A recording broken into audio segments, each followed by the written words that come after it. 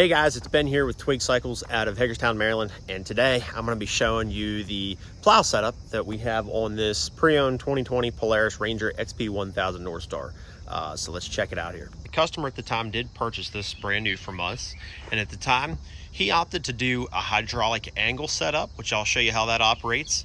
And because of the type of work that he was doing, you can do a hydraulic lift and angle with these plow setups, but because of the work that he was doing, we wanted to have the ability to use the winch when we don't have the plow connected. So when you disconnect the plow, you still have the ability to use your winch. And I'm going to show you here in just a second how this all disconnects. So first of all, with this being the hydraulic angle setup, you can see the control arm here, and it's powered through this little line right here. This little pigtail just disconnects, so I'm going to do that. And to keep this out of the way, they actually give you a little mount here that you can plug this in right there. So that's going to stay there, and that's in and out of the way. Now the next step with these, because this is a larger plow setup on a larger machine, Polaris actually gives you a little pedestal here. So you step on this little footstep right there, and you'll see it gives us a little pedestal to set the plow on. I'm going to go ahead and disconnect the winch.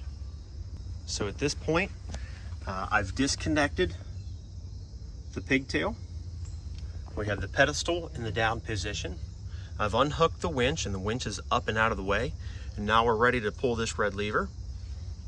And when you pull this red lever, it's going to disconnect everything from the machine itself. Now you'll see we have pretty much this large arm going the whole way across, and you can see this is actually what is hooked in to the bottom of your machine. And this particular brush guard is what comes equipped on this particular machine. And you'll see we already have the mount in there for the plow already because it's integrated into this brush guard. So when I pull this red lever, it's going to disconnect and hinge this up, so it's going to unhook, and I'll show you here. So again, we have this red lever. I'm going to pull this.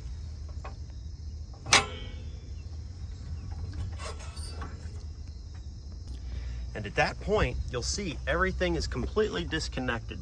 The hook is up, the pedestal is down. All I have to do is back the machine away. And there you can kind of see what everything looks like once it's disconnected. It's a nice clean setup. If you're going to be storing this away, you might want to have something to cover this pigtail up, or just kind of tuck it away somewhere so it's out of the way. If you're storing this in a garage or a sensitive floor somewhere, you might want to have just something to kind of keep the pedestal from digging into your garage floor or something of that nature. But again, just a very clean setup. I just want to show you here, this is kind of what it looks like when it's hooked up. So that's actually sitting up.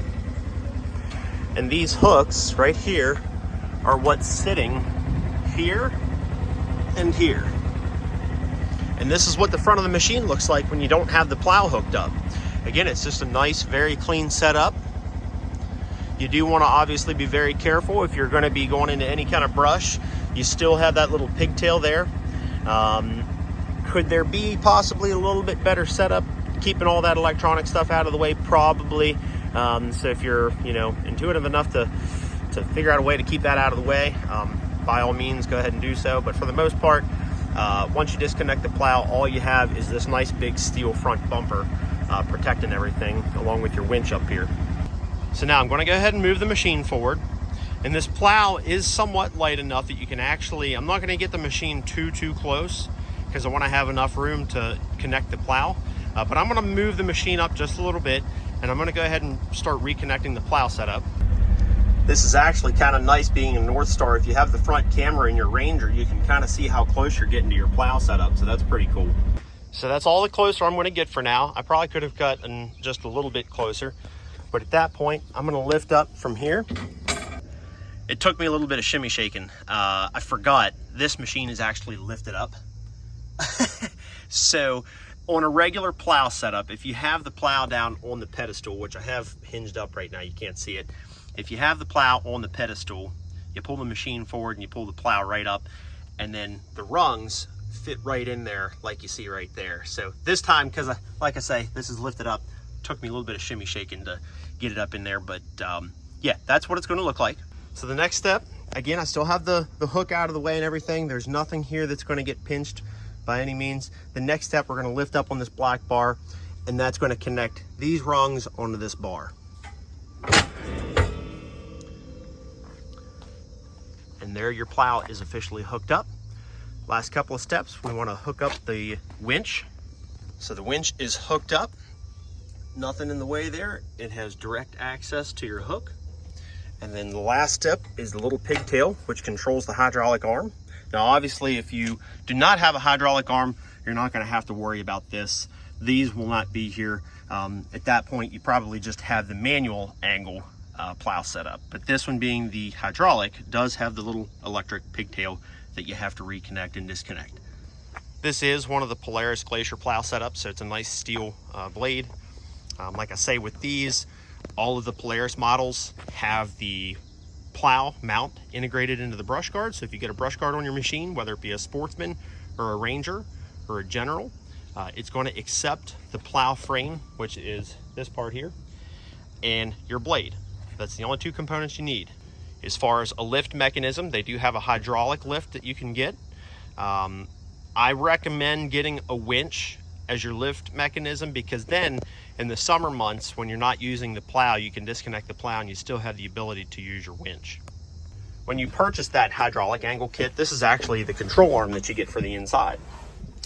Now, I can't remember if this is a separate part number. I'm pretty sure that's part of the kit, but this is essentially what it all looks like. So obviously up, down, left, right. So there's down, up, and then left. And right.